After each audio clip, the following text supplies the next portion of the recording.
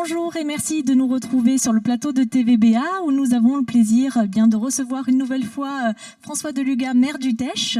Alors vous avions reçu sur une précédente émission et bien vous revenez pour cette fois-ci nous parler de la rentrée des classes. Alors d'abord bienvenue, merci de revenir sur le plateau. Merci beaucoup. L'école vient de se terminer, on parle déjà de la rentrée des classes, mais c'est normal. Le rôle d'une commune, c'est toujours anticiper ce qui va se passer. Donc nous allons avoir une rentrée des classes avec 4 écoles neuves ou quasiment neuves. Donc ça, c'est quand même un sujet extrêmement important. Dont la dernière que l'on voit en photo. Dont la dernière, et je vous remercie de l'avoir mis en fond, c'est l'école maternelle du Delta que nous avons livrée avec la COBAS, puisque c'est la COBAS qui les finance, en septembre dernier. C'est une école en bois, comme toutes nos écoles d'ailleurs, dans la mesure où il y a une volonté dans les bâtiments publics de la commune de porter une politique de développement durable, d'une part, et d'autre part, c'est une tradition sur le bassin d'Arcachon d'avoir des constructions en bois, y compris dans les équipements publics. Donc c'est une très belle école, nous en avons 4, 2 maternelles, 2 primaires. Ces écoles, nous y faisons des travaux en permanence. À chaque fois que associations de parents d'élèves, enseignants nous demandent des améliorations, nous le font. Il y en aura cet été, bien sûr, comme tous les ans, mais cette année il y a une particularité, c'est que nous allons avoir la création de 2 classes supplémentaires. Alors une certaine, vous me disiez. La deuxième, nous attendons l'accord de l'inspection d'académie, mais nous sommes quasiment sûrs, au vu du nombre d'élèves, qu'il y aura cette deuxième classe. Alors, les écoles sont prêtes. Ça ne pose pas de problème, les écoles sont prêtes, nous avons les espaces pour accueillir ces classes.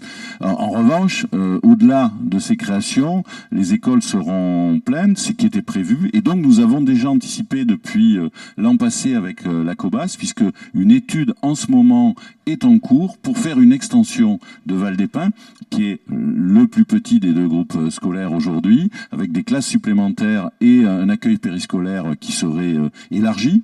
Donc ça, c'est pour l'immédiateté. L'étude cette année, les appels d'offres l'année prochaine, les travaux d'ici 18 mois. Donc ça, c'est immédiat. Et puis, il y a un deuxième volet, parce qu'on essaie de voir toujours... plus loin encore. Voilà, et d'être à moyen terme. Et donc, la semaine dernière... C'est tout récent. Nous avons délibéré pour acheter un terrain, donc les choses sont faites et l'accord a été signé, un terrain d'1 hectare dans la partie ouest de la commune, entre Gujan et le Teche, vers l'avenue de Camps, pour accueillir un nouveau groupe scolaire. Terrain donc d'1 hectare. C'est-à-dire encore une maternelle et une école élémentaire. Voilà, encore une maternelle et une école élémentaire dans les 4-5 ans qui viennent, de façon à suivre la croissance et l'évolution de la commune et être, comme nous l'avons toujours été, jamais en défaut par rapport à la capacité d'accueil et à la qualité d'accueil de nos enfants. Alors quand on parle des enfants, bien sûr, ce sont les enfants à partir de 3 ans qui sont scolarisés à partir de la maternelle. On parle aussi des plus petits, puisque vous livrez là le relais d'assistante maternelle. Donc pour l'accueil des plus jeunes. Exactement, le chantier devrait s'achever fin juillet et début septembre, nous ouvrons le nouveau RAM, puisque nous avions un petit relais assistante maternelle dans un ancien bâtiment qui n'était pas vraiment adapté. Donc le pôle petite enfance, l'espace petite enfance que nous avons créé est complété et achevé. Ça sera la fin de cette opération par la construction d'un nouveau relais assistante maternelle contre la crèche. Nous aurons donc la crèche, le multi-accueil, le relais assistant maternel, et donc la totalité des services petite enfance vont être regroupés sur cet espace petite enfance à partir de septembre, avec bien sûr le relais lui-même dans ce bâtiment, mais aussi des espaces mutualisés, des espaces mutualisés pour la crèche, un lieu pour faire une ludothèque, et puis une salle de réunion, ludothèque pouvant se transformer en salle de réunion, qui permettra à tous les professionnels de la petite enfance du Teche de travailler ensemble, voire au-delà, donc d'avoir un lieu de référence en matière de petite enfance sur la commune. Actuellement, la capacité d'accueil pour ces plus jeunes, alors notamment sur la crèche, elle est de combien? Sur la crèche, le nombre de places autorisées, c'est 24 places. Étant donné que les enfants n'y sont pas toute la journée, ce qui correspond à presque 70 enfants accueillis chaque semaine sur la commune dans notre multi-accueil.